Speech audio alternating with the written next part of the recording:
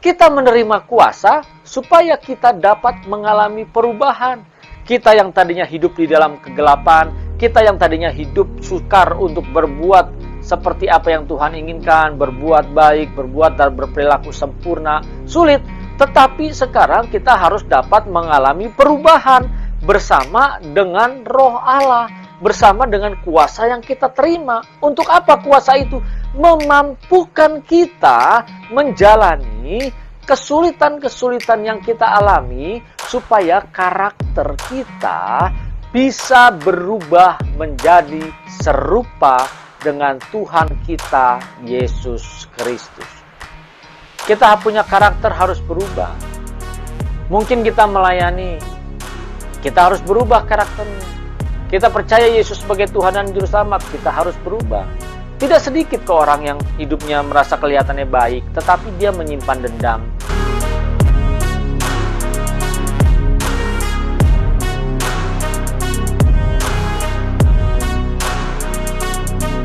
Kita diberikan kuasa supaya kita mampu, supaya kita kuat, supaya kita bisa berubah menjadi saksinya yang benar.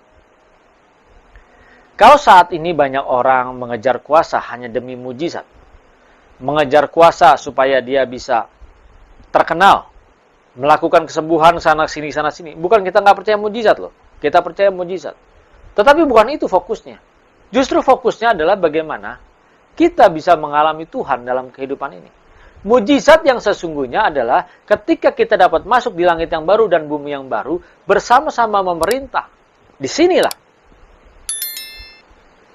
Jangan nanti Bapak Ibu Saudara bilang, oh saya tidak percaya dengan mujizat, saya sangat percaya dengan mujizat. Tetapi bukan itu. Dan kita tidak boleh memiliki pangkalan di situ.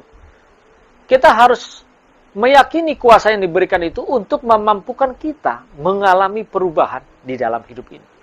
Mengalami perubahan dari karakter hidup kita. Supaya kita bisa dikembalikan ke rancangan yang semula. Supaya kita bisa dikembalikan seperti apa yang Tuhan inginkan di dalam kehidupan ini. Bukan kita menerima kuasa untuk melakukan mujizat, lalu kita yang dikenal, kita yang dibilang hebat, kita yang dibilang penuh dengan urapan. Bukan. Kita menerima kuasa supaya kita dapat mengalami perubahan.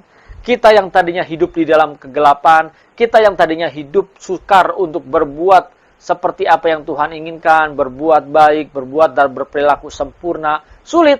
Tetapi sekarang kita harus dapat mengalami perubahan bersama dengan Roh Allah, bersama dengan kuasa yang kita terima. Untuk apa kuasa itu?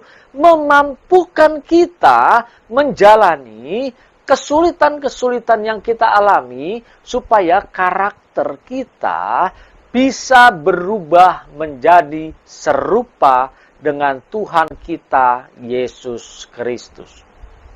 Kita butuh kuasa itu. Jadi kuasa yang kita terima dunamis ini bukan hanya sebatas melakukan mujizat, bukan. Tetapi kuasa ini memampukan kita. Membuat kita kuat. Membuat kita dapat menjalani, menyelesaikan setiap permasalahan. Sehingga pada akhirnya kita punya cara hidup yang lama, yang tidak berkenan, kita bisa mengalami perubahan. Tadinya kita hidup di dalam kegelapan, kita bisa masuk kepada hidup yang terang. Terang yang sejati. Kita memancarkan terang Kristus, bukan terang dunia. Terang Kristus yang kita pancarkan. Hanya orang-orang yang hidup dalam kebenarannya yang dapat memancarkan terang Kristus. Kalau orang-orang hidup dengan cara dunia, dia hanya memancarkan terang dunia. Yang sesungguhnya terang itu adalah kegelapan yang paling gelap dan menyeret kita masuk lebih dalam dan lebih dalam kepada kegelapan itu. Tetapi ketika kita hidup di dalam terang Kristus, kita akan menerangi setiap kegelapan.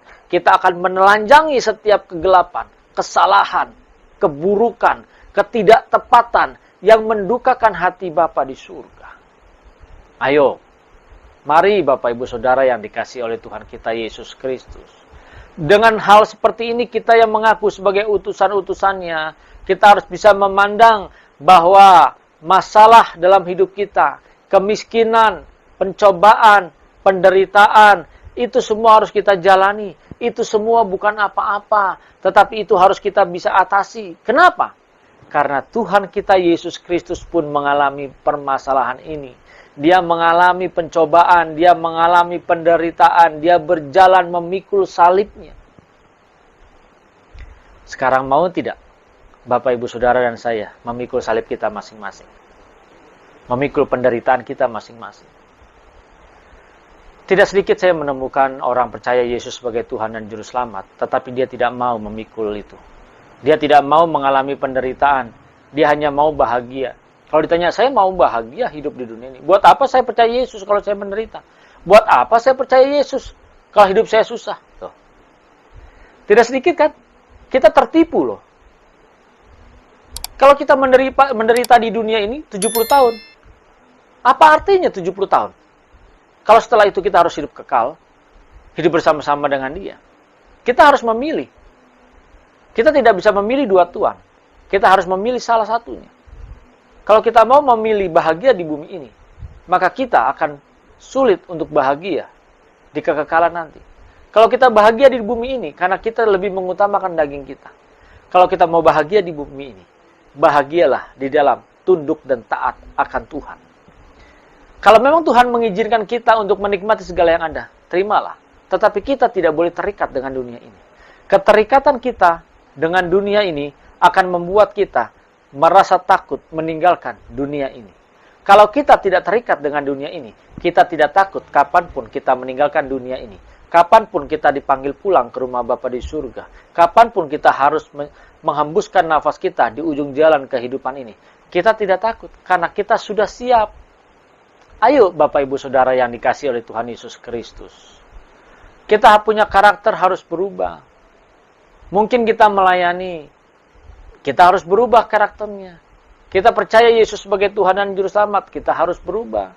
Tidak sedikit ke orang yang hidupnya merasa kelihatannya baik, tetapi dia menyimpan dendam, menyimpan iri hati, menyimpan kesombongan.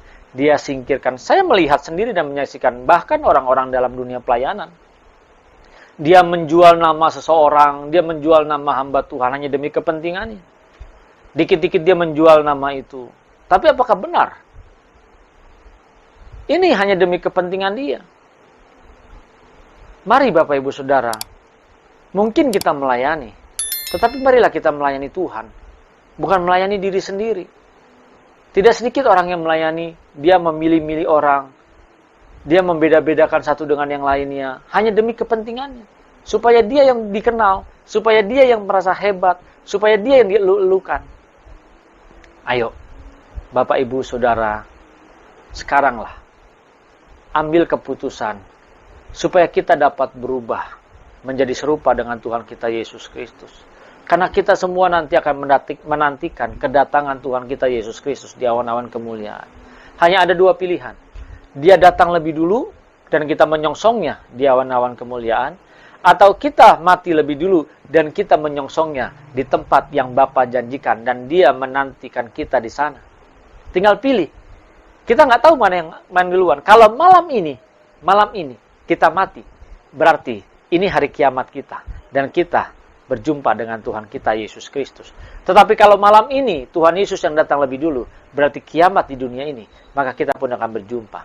Dua jalan ini yang tidak tahu kapan waktunya. Tetapi yang satu hal yang kita harus tahu, kita harus mempersiapkan diri kita untuk dapat berjumpa dengan Dia. Ketika Tuhan Yesus terangkat di awan-awan dan murid-muridnya memandang, seperti dalam Kisah Para Rasul 1 ayat 10 berkata, ketika mereka sedang menatap ke langit, waktu ia naik itu, tiba-tiba berdirilah dua orang yang berpakaian putih dekat mereka dan berkata kepada mereka, hai orang-orang Galilea, mengapakah kamu berdiri melihat ke langit? Yesus ini yang terangkat ke surga meninggalkan kamu, akan datang kembali dengan cara yang sama seperti kamu melihat Dia naik ke surga. Ingat, Tuhan akan datang kembali menjemput kita. Tinggal sekarang, Tuhan datang, kita menjemput Dia, kita menantikan Dia di awan-awan kemuliaan, atau kita mati malam ini dan kita berjumpa dengan Dia. Dua jalan ini yang bisa kita hadapi. Tapi satu hal pesan saya, ayo mempersiapkan diri kita supaya kita benar-benar menjadi utusan-utusan yang siap untuk menantikan Dia, utusan-utusan yang berkenan, yang bisa menjadi teladan dan bisa menjadi saksinya, yang mengikuti jejak Tuhan dimanapun kita berada.